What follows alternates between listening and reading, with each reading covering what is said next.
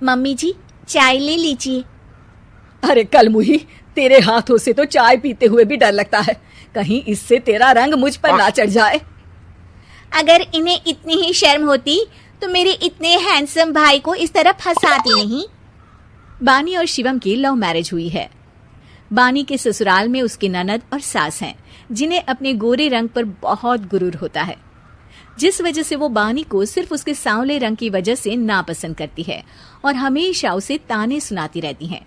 बानी उनकी सभी जली कटी बातें सुनकर चुपचाप वहां से चली जाती है।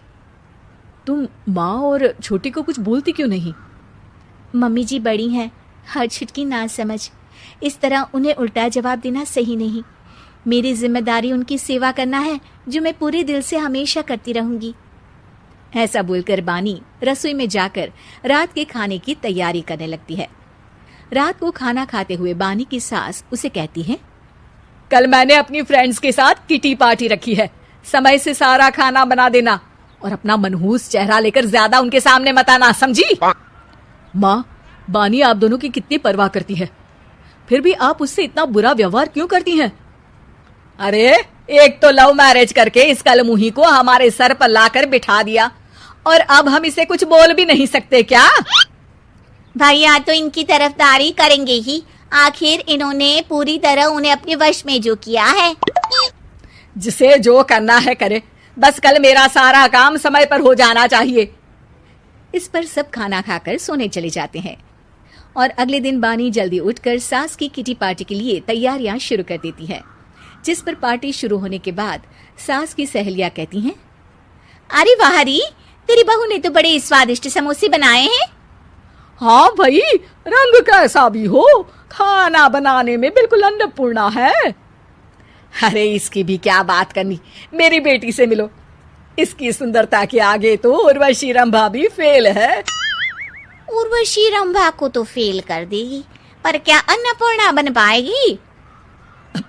अरे इसे काम करने की क्या जरूरत, उसके लिए बानी है तो, और मैं तो इसकी शादी भी किसी नौकर चाकर वाले घर में ही करूंगी।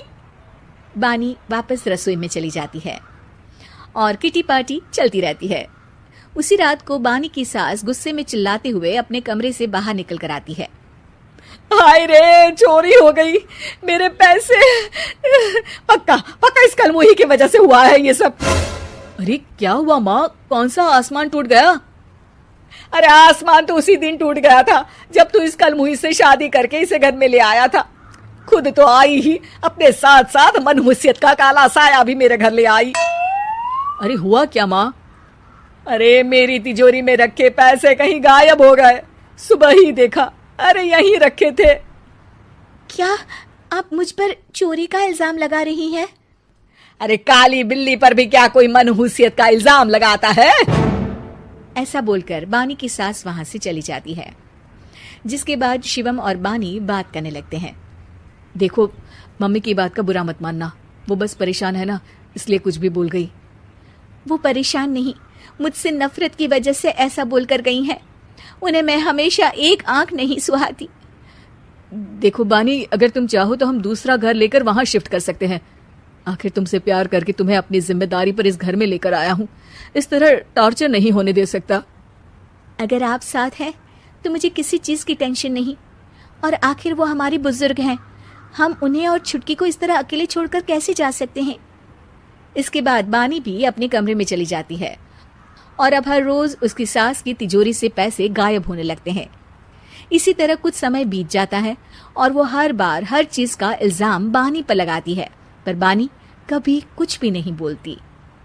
कलमुही नास पीटी, बहू को घर की लक्ष्मी बोलते हैं, ये तो पनौती बनकर आई है, पनौती। एक रात बानी की सास को आधी रात में प्यास लगती है, तो वो पानी पीने रसोई की तरफ जाती है। तभी उसे अपनी बेटी के कमरे में कुछ आवाज सुनाई देती है।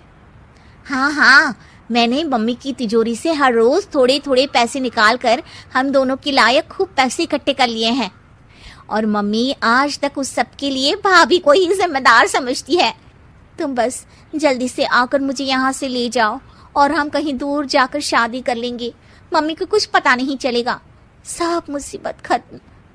अपनी बेटी की ये सारी बातें सुनकर बानी की सास भौचक्की रह जाती है और अपने कमरे में वापस चली जाती है। जब अगली सुबह बानी सास के कमरे में आती है, मम्मी जी, क्या बात है, आज आप कमरे से बाहर ही नहीं आई? आपकी तबीयत तो ठीक है ना? क्या छुटकी कमरे से बाहर आई या तुम उसके कमरे में गई? नहीं नहीं, क्यों, जाना है क्या? मैं अभी चली जाती हूँ। नहीं, कोई कहीं नहीं जाएगा। इस पर वो बानी को साथ लेकर कमरे से बाहर आती है, जहाँ शिवम भी होता है। वहां उसकी सास बोलती है, छुटकी मेरी तिजोरी के सारे पैसे लेकर अपनी माँ के बारे में कोई ख्याल करे बिना किसी लड़के के साथ घर छोड़कर चली गई।